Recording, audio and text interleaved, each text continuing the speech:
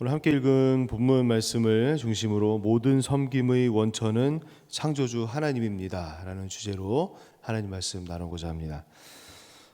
금송아지 사건을 통해서 엄청난 심판을 경험했고 또 죄의 대가를 치른 이스라엘은 하나님의 자비와 은혜로 34장에서 언약을 갱신할 수 있었습니다. 끊어졌던 하나님과의 관계가 회복된 것이죠.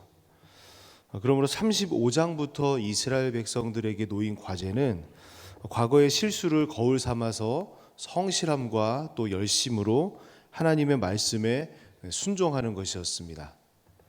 그 첫 번째 프로젝트로 주어진 것이 하나님께서 25장부터 31장을 통해서 주어진 청사진대로 장막과 또 도구를 만드는 일이었습니다. 하나님의 임재의 상징인 성막을 건설하는 일은 이스라엘 백성에게 있어서 하나님과의 관계에 있어서 아주 특별하고 또 명확한 그러한 회복의 기회였습니다. 그래서 그들은 하나님께서 모세를 통해 주신 그 기준과 또 규격에 따라서 정확하게 한치의 오차도 없이 성막과 또 기구들을 만들었습니다. 그러다 보니 오늘 본문의 내용 중에는 25장부터 31장까지 있는 내용들과 좀 비슷하게 겹치는 부분들이 상당히 많이 있죠. 그러나 다시 은혜를 입게 된 이스라엘 백성들에게 있어서 이 성막을 만드는 일은 너무나 중요한 일이었기 때문에 모세는 그 시작을 하는 지점부터 아주 특별하고 중요한 규례를 이스라엘 백성들에게 알려주면서 확실히 짚어주는 것을 볼 수가 있습니다. 바로 안식일 규례인 것이죠. 이 안식일 규례의 의미는 매우 중요합니다.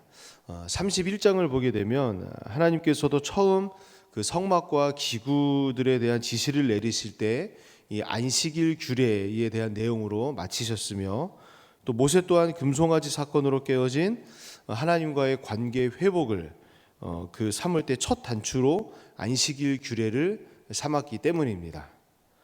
이처럼 안식일 규례는 이스라엘 백성들이 지켜야 할 가장 중요하고도 또 가장 기본적이고 기초적인 율법이라 할 수 있으며 또 공동체와 개인이 하나님의 그 율법을 준수함에 있어서 그 척도로 그 기준으로 삼을 만한 아주 중요한 것이 되는 것입니다.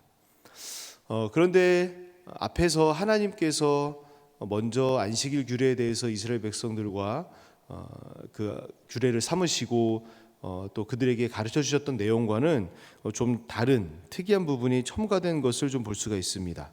그래서 우리가 읽었던 본문의 3절을 보게 되면 안식일에는 너희 모든 처소에서 불도 피우지 말라 이러한 명령이 추가되어 있는데요. 사실 안식일에도 이 불이라는 것이 사람이 살아가는 데 있어서 더구나 이스라엘 백성들이 거하고 있었던 광야에서는 너무나 중요하고 또 너무나 필요한 것이었기 때문에 안식일을 범하는 문제에 있어서 여러 가지로 합리화될 수 있는 그런 문제 아니겠습니까? 추운 겨울에는 생명과 직결된 문제이기도 하고 또 제사장들이 계속해서 불이라는 것을 유지하기 하다 보면 안식일에 그것이 좀 사그러들거나 물론 뭐 전날 충분히 나무를 준비해서 그 향을 계속 유지하기는 하겠지만 그런 것을 준비하기 위한 그런 움직임도 있을 것입니다. 그렇기 때문에 이 명령은 꼭 필요한 것이라 생각되는 일들도 하나님 말씀을 거역하는 일이라면 좀 자제하라는 의미가 강한 것이죠.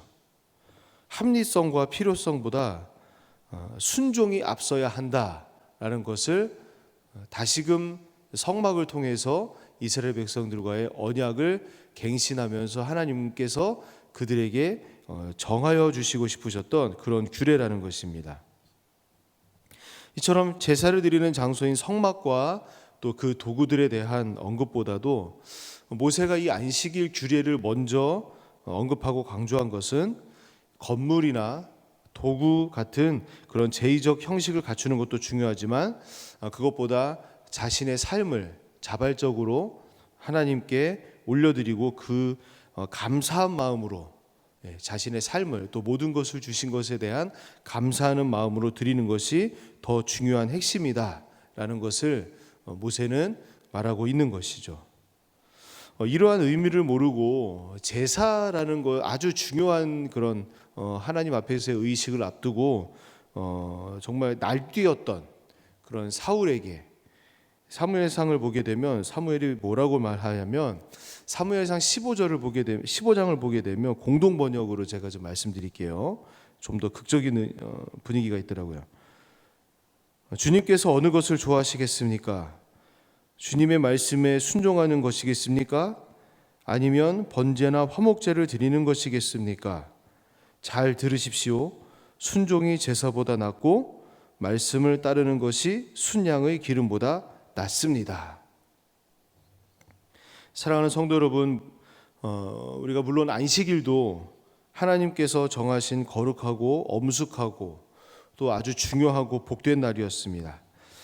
그러나 이제는 우리가 그 안식일보다 더 중요하게 기념하고 또 더 깊고 넓은 은혜를 나누고 기쁨과 감격의 순간으로 누려야 할 그러한 날이 있습니다. 바로 주님께서 율법의 부족함을 하나님 안에서의 완전한 순종으로 완성하신 그 날, 사망 권세 이기시고 부활하신 그 날, 바로 주일이죠. 그래서 예수 그리스도의 십자가 사랑으로 인해 하나님의 자녀로 회복되었으며 또 그 이름을 믿는 믿음으로 구원함을 얻어서 부활의 확신과 천국의 소망을 품을 수 있게 된 우리는 주일을 기억하고 주일을 기다리고 우리에게 주일 주심을 감사하며 그렇게 주일 중심으로 살아야 하는 줄로 믿습니다. 4절부터 19절까지 내용은 성막과 도구들을 만드는 데 필요한 헌물들과 또 그것을 만드는 사람들에 대한 언급입니다. 이 부분에 있어서 두 가지 아주 핵심적인 내용이 있는데요. 첫째는 5절에 있습니다. 마음에 원하는 자는 누구든지 그것을 가져다가 여호와께 드릴지니라. 이 말씀은 전혀 강요당하지 않고 머뭇거리지 않고 자원하여 드리는 것을 의미합니다.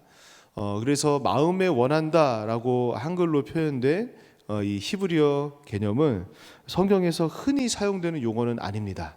찾아보기 힘든 그런 내용인데 성전에 무엇인가를 드리거나 하나님께 서원한 것을 드리거나 또 예수님 앞에서 이렇게 좀 이렇게 예물을 준비하여 드린다거나 이런 것을 논할 때마다 항상 사용되는 아주 그런 유니크한 모습으로 우리가 의미로 볼 수가 있습니다. 매우 특별하고 매우 중요한 내용임에 틀림이 없는 것이죠.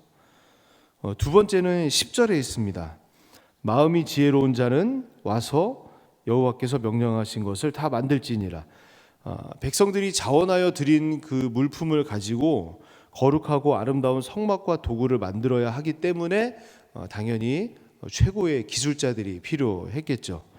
그런데 모세는 그들 안에 무엇보다 어떠한 마음이 있어야 하느냐? 바로 지혜로운 마음이 있어야 한다라는 내용을 당부하였습니다.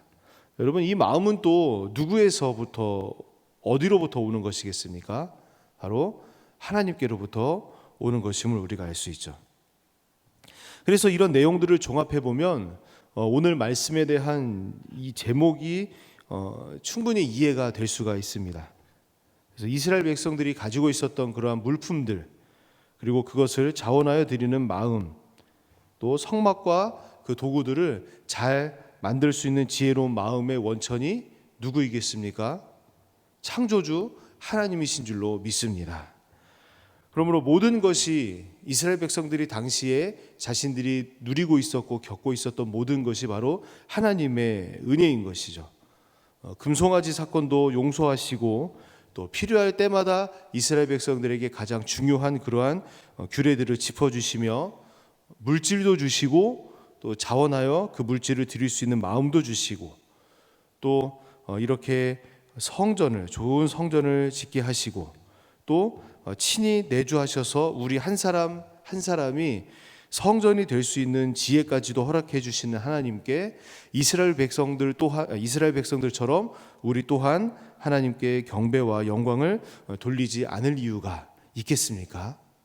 매 순간의 삶 속에서마다 정말 이스라엘 백성들처럼 구름 기둥으로 또 불 기둥으로 또 그들이 광야를 걷는 동안에 그들의 의복이 상하지 않고 그들의 발이 부르트지 않도록 인도하셨던 하나님, 필요하실 때마다 메추라기로 먹이시고 만나로 먹이셨던 하나님, 목이 마를 때마다 반석에서 물이 나오게 하시고 그 어느 곳에서도 하나님께서 이스라엘 백성들이 궁핍하거나 주림이 없이 돌보셨던 것처럼 우리 또한 오늘날에도 지키시고 돌보시는 하나님 앞에 우리의 마음과 정성과 가지고 있는 것들과 우리의 마음의 지혜까지도 동원하여서 하나님 앞에 날마다 올려드리는 모든 복된 성도님들 되시기를 바랍니다.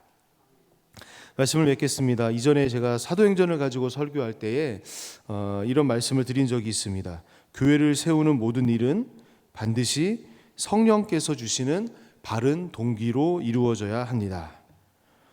다시 한번요. 교회를 세우는 모든 일에는 반드시 성령께서 주시는 바른 동기로 이루어져야 합니다. 주께서 피 흘려 사셨고 또 친히 머리 되어 주신 우리 광현교회, 그리고 성령께서 내주하시는 하나의 온전한 교회로서의 여러분의 삶을 성령께서 주시는 바른 동기와 그 지혜로 또 우리가 누리게 하신 이 놀라운 은혜와 축복으로 건실하게 세워나가시는 모든 성도님들 되시기를 예수님의 이름으로 축복드립니다. 기도하겠습니다.